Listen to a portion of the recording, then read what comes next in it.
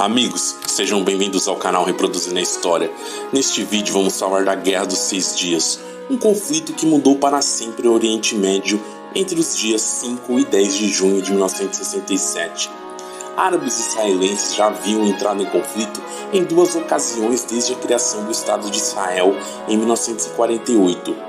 Nas décadas de 1950 e 1960, estava em ascensão o nacionalismo árabe, liderado pelo presidente do Egito e posterior presidente da República Árabe Unida, Gamal Abdel Nasser. Abdel Nasser era apoiado por Hafez al-Assad da Síria, pelo rei Hussein da Jordânia e por outros chefes de estados árabes, sobretudo os que integravam a Liga Árabe.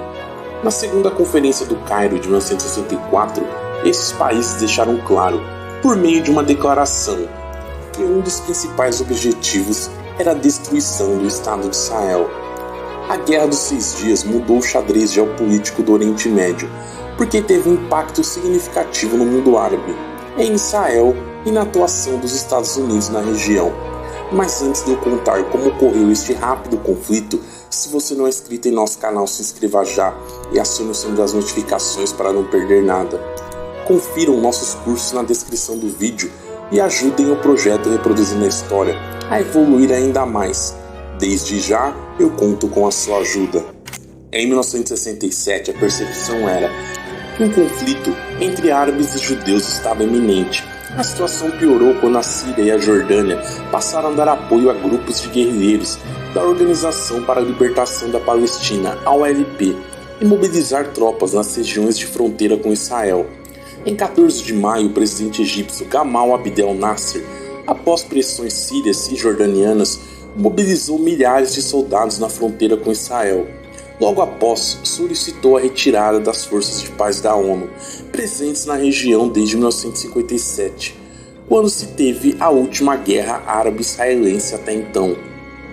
8 dias depois, o Egito instituiu um bloqueio naval a Israel, no Estreito de Tirã, fechando o único acesso marítimo que o Estado judeu tinha ao mercado asiático e a sua rota de recebimento de petróleo pelo seu principal fornecedor na época, o Irã. Então os exércitos de Egito, Jordânia, Síria e Líbano então se reuniram nas fronteiras com Israel. Segundo a descrição de Nasser, estavam ali tropas de todo o mundo árabe e elas assombrariam o mundo, pois estava na hora de agir para se cumprir então a missão de destruir Israel. Logo após, o ministro da Defesa e futuro presidente da Síria, Hafez al-Assad, anunciou a disposição de seu país para o conflito, simplesmente dizendo: "Estamos com o dedo no gatilho.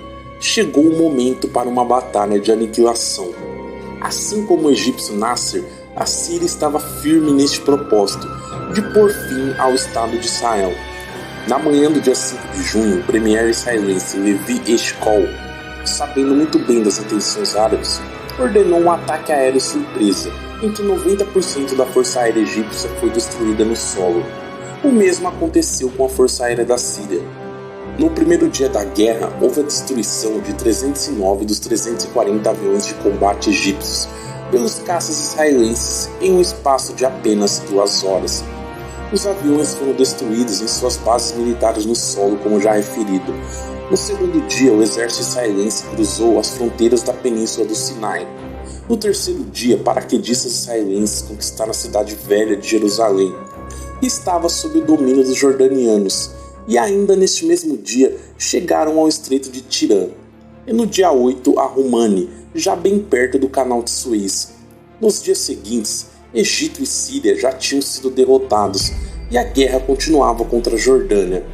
Com o avanço das tropas israelenses sobre a fronteira, houve a captura da Cisjordânia, uma porção jordaniana próxima à fronteira natural do Rio Jordão. No dia 10 de junho, Israel confirmou assim a sua incrível vitória sobre a coalizão árabe, liderada pelo Egito e pela Síria. O saldo da guerra foi o seguinte: para Israel, os danos computados foram de 980 soldados mortos, 4.520 feridos, 40 aviões abatidos e 394 tanques danificados. Do lado árabe foram 4.300 soldados mortos, 6.120 feridos, 444 aviões abatidos e 965 tanques danificados. A derrota, porém, foi um duro golpe para Nasser e para o pan-arabismo. Essa ideologia promovia a unidade política e cultural do mundo árabe. Nasser era o líder árabe mais importante daquele momento. Tinha uma boa imagem, mas a derrota em 1967 afetou drasticamente a sua reputação e mudou o balanço de poder na região. Especialistas veem a Guerra dos 6 Dias como o princípio do fim do pan-arabismo e uma das causas do surgimento de movimentos islâmicos radicais no mundo árabe, pois muitos grupos nesses países viam os seus governos como fracos, omissos e incapazes de defender os árabes e a causa árabe diante de Israel. Esses movimentos usaram de modos violentos para impulsionar a causa, como sequestros, assassinatos e atentados. Entre as atitudes violentas desses movimentos extremistas islâmicos está o assassinato de 11 atletas israelenses durante as Olimpíadas de Munique, na Alemanha, em 1972.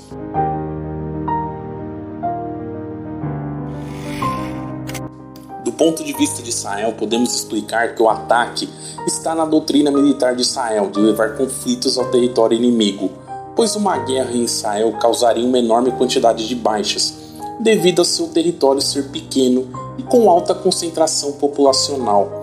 A vitória sobre os árabes deu a Israel espaço de manobra, pois muitos países árabes começaram a pensar de forma pragmática sobre como lidar com a existência do Estado de Israel.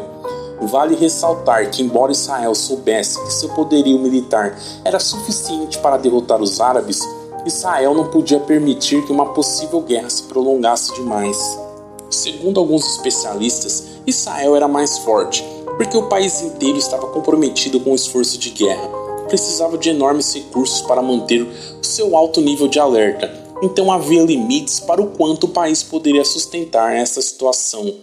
A economia de Israel já estava bem preparada e mobilizada para responder às ameaças ao país. Isso sem falar que a própria dinâmica do desenvolvimento da guerra favoreceu Israel na ocupação de territórios dos vizinhos. Vale ressaltar, portanto, que essas ocupações não foram planejadas e nem tinham um caráter definitivo.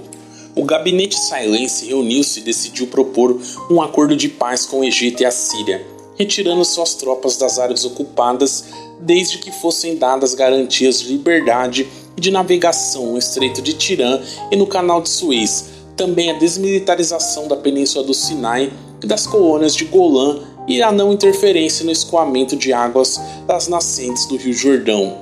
Em relação à Cisjordânia, que na época já tinha uma população de 1,2 milhão de palestinos, o gabinete ficou dividido entre a opção de dar autonomia aos palestinos, mas manter o território sob controle israelense, ou devolver parte deles à Jordânia.